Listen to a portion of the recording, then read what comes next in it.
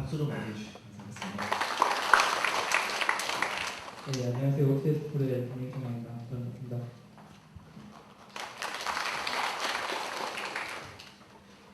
제가 오늘 설명드릴 내용은 토목 비하인드 솔루션 IDS 2014에 대해서 설명을 드릴 건데요. 발표 앞서서 간단히 이제 토목 비하인드에 대해서 얘기를 잠깐 하려고 합니다.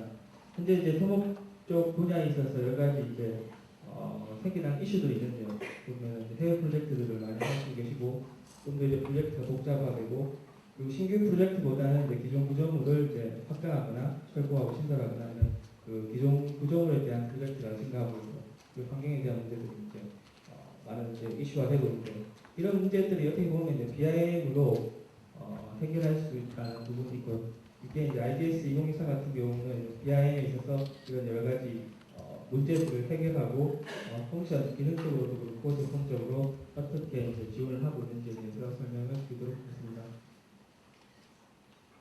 첫 번째는 커뮤니케이션인데요. 일반적으로 그 프로젝트를 진행을 하게 되면 서면 보고라든지 형식 보고, 뭐 착수 보고, 중간 보고 굉장히 다양한 보고를 하게 되는데요. 이런 보고를 하는 목적이 대부분 이제 그 디시전 메이커를 하는 거죠. 그 결정을 하기 위해서 이런 보고들을 하는데 2D 베이스로 이제 보고를 하게 되면 현재 보시는 것처럼 굉장히 이해하기도 힘들고 2D라고 하는 것이 3D를 어떻게 보면 2D화 하는 거기 때문에 여러 가지 히든섬이라든지 뭐 여러 가지 정보들을 입력을 하게 되는 것처럼 실제 목적에 맞게끔 이제 그 의미를 설계 의도 컨셉을 전달하기 위해서는 보시는 것처럼 빔이 가장 최대의 그 최선의 선택이 될 수 있습니다.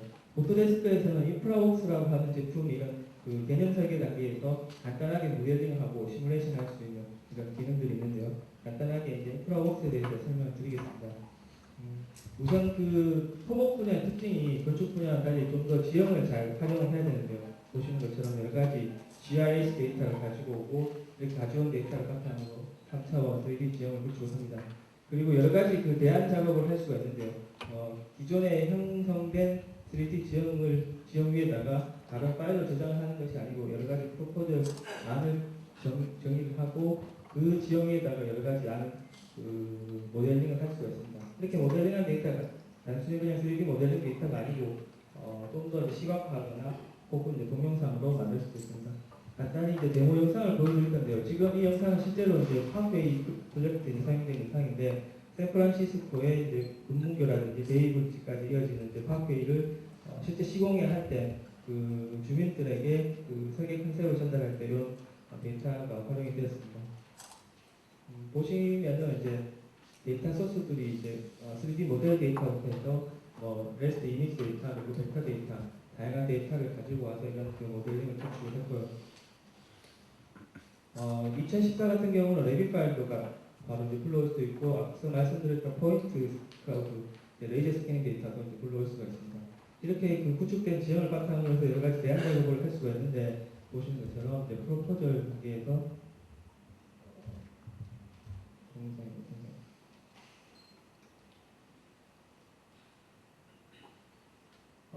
제한 작업을 할 수가 있는데 제한 작업을 할 때 보시는 것처럼 기본 안이 있으면은 또 다른 안을 우측 한번 클릭만으로 해서 이제 안을 이제 바꿔볼 수가 있습니다. 이런 식으로 이제 그 안이 정해지고 나면은 안에 대해서 여러 가지 이제 동영상을 만든다든지 시나리오 작업을 할 수가 있습니다. 이것도 이제 여러 가지 씬을 추가를 한다거나 내가 원하는 그 코멘트를 갈 수도 있고요.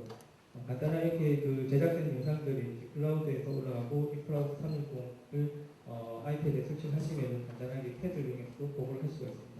이런 데이터들이 단순히 그 인프라웍스에서 끝나는 데이터들이 아니고 시벨3로 가져가서 선형으로도 작업을 할 수가 있고요. 좀 더 디테일한 부분까지도 이제 모델링을 할 수가 있습니다. 그리고 인프라웍스 같은 경우는 그 종단에 대한 절성 도량을 최적화하는 기능이 있고요. 이런 것들이 이제 컨셉 단계에서 좀 더 수량이라든지 공사비 금액에서 정확하게 책정해서 이제 계획할 수 있는 그런 기능들입니다. 두 번째는 환경 얘기를 할 건데요. 환경 같은 경우 요즘에 그 도시화가 진행되고 기후 변화가 일어나는데 기후 변화 같은 경우는 이제 강우 강도가 현재 우리는 50년 빈도라든지 100년 빈도로 이제 설계했는데 설계되는 그 장마철에 내는 비는 강우 강도가 훨씬 더 증가한다거나 혹은 도시화로 인해서 그 불투수층이라고 하는 포장층 같은 경우가 많이 늘어난 경우는 홍수라든지 강우 여러 가지 이제 생태계 파괴가 일어나는데요. 이제는 이제 물 관리를 해야 될 필요성이 있다고 할 수 있겠습니다. 보통 이제 LID라는 얘기를 많이 하는데요. 물 관리 시스템에서 LID라고 하면은 배관 이전에 수문학적 특성을 유지하거나 회복시키기 위해 방호유 주습을 최대한 발생 지역에서 관리하는 토지 개발 방식 분야입니다. 무슨 말인지 이해하시나요? LID라고 하면 간단하게 설명을 드리면은 비가 왔을 때 최대한 그 지역에서 그 빗물을 관리하는 개념인데요. 목적은 원래 비가 오게 되면 이제 보시는 것처럼 뭐 침투하거나 뭐 저장되고 그리고 이제 날아가고 이렇게 하는데 그 빗물이 현재는 비가 오게 되면은 포장층이라든지 콘크리트 포장을 따라서 맨홀이라든지 집수성을 통해서 들어갑니다. 이게 들어간 물이 우호수 관로를 따라서 하천이라든지 조리수 쪽으로 흘러 들어가는데요. 이렇게 흘러 들어가는 시간을 도달 시간이라고 하는데 도달 시간이 짧으면 짧을수록 훨씬 범람할 확률이 높습니다. 그렇기 때문에 LID 방식의 개념을 도입해서 좀 더 도달 시간을 늘리거나 혹은 그 지역에서 전류를 시켜서 중수도 개념으로 활용하는 기법인데요. 보시는 것처럼 서울시와 이런 LID 비물 관리를 왜 해야 되느냐는 당위성에 대해 설명을 하면서 2년 동안 침수로 인해서 2조 원 가까이 세금이 발생했다고 합니다. 그리고 가뭄으로 반대로 가뭄으로 인해서도 굉장히 수백억 원의 세금이 사용이 되는데 국토해양부라든지 환경부에서는 이런 빗물 관리를 위해서 여러 가지 법률을 보시는 것처럼 중수도를 사용을 해야 되거나 친환경 건물 이용에도 LE라고 하죠. 그리고 이제 친수구역이라고 하는데 친수구역 내에서는 LID 기법을 적용을 해야 된다는 법률을 개정을 했고요. 지방자치단체 같은 경우도 서울시라든지 수원시, 남양주시 같은 경우는 지방 조례를 정의를 해서 여러 가지 빗물 관리에 대한 관심을 보이고 있고 현재 적용을 하고 있습니다. IBS의 스토머 센터를 연행했습니다. 이 제품 같은 경우는 다양한 수리 수문학적인 메서드를 정의를 할 수 있고 이런 정의된 메서드를 통해서 간단히 파이프 디자인이라든지 시뮬레이션 분석 등을 할 수가 있습니다. 이 스토머 센터 연행시스는 단순히 이 제품만으로도 모델링이 가능하지만은 오토캐드 시리즈라든지 웹3D를 통해서 좀 더 이제 빈 기반의 어떤 시뮬레이션을 할 수가 있습니다.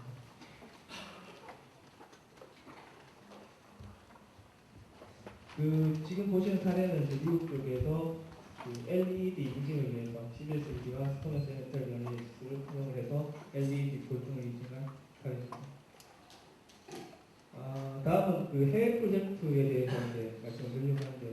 일반적으로 이제 국내 SOC 사업에 대한 신규 발주가 줄어들면서 여러 가지 시공사라든지 설계사에서 해외 쪽으로 많이 이제 드라이브를 하고 있는데요.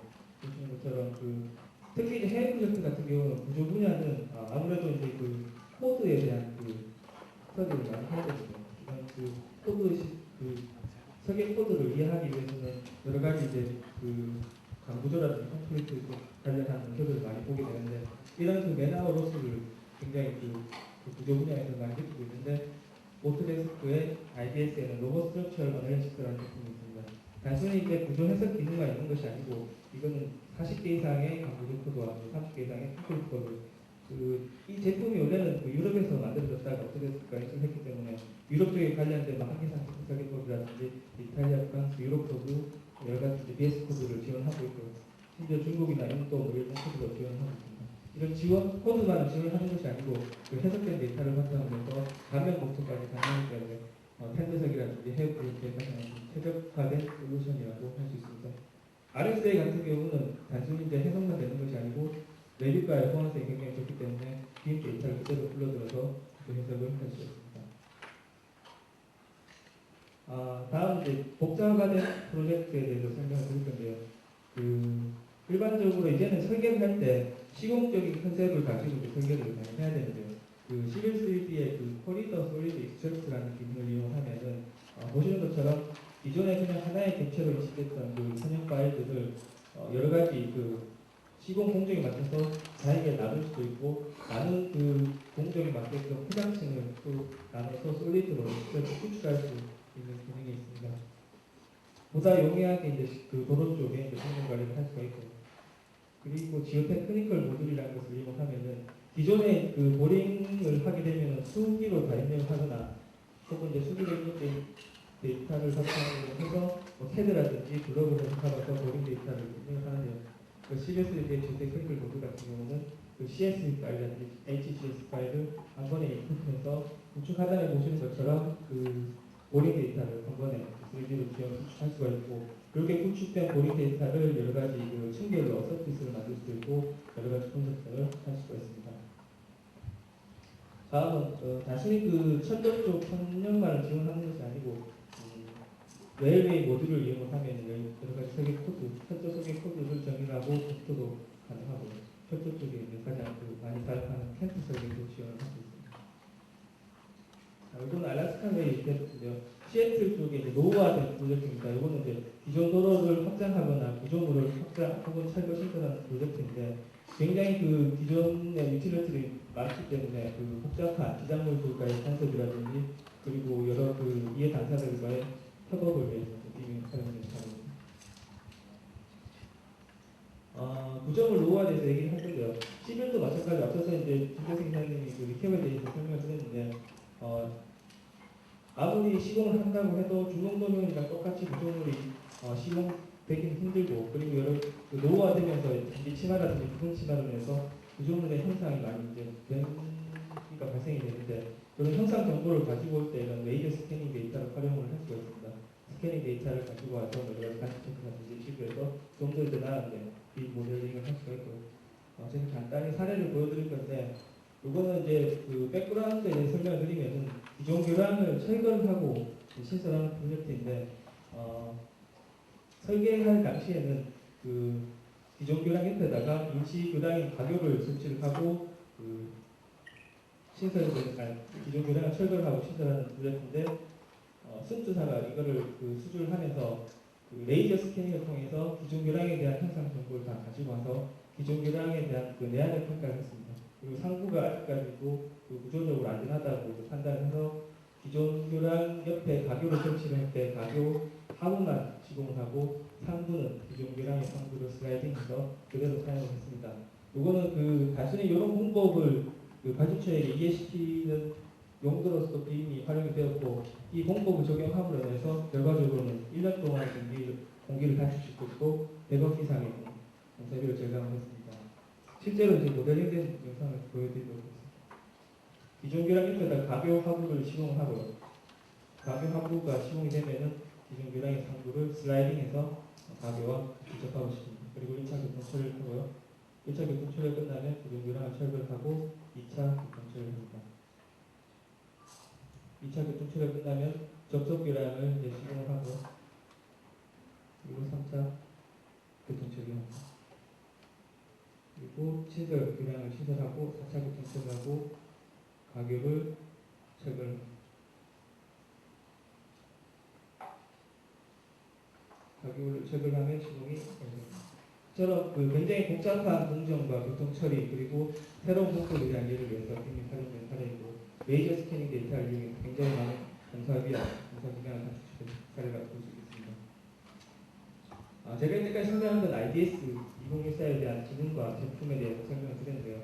IDS 2014 같은 경우는 그 BDS와 마찬가지로 세 가지 에디션으로 나왔습니다. 그 스탠다드, 프리미엄, 얼티밋 세 가지로 나왔고, 스탠다드 같은 경우는 기본적인 그 GIS 데이터를 활용해서 간단한 시뮬레이션이 가능하고 스위스는 분석이 가능한 에디션이고, 프리미엄부터는 기본적인 빔 기반의 어떤 모델링이 가능하고 11.3D, 레빗, 인프라워스 등이 포함되어 있습니다.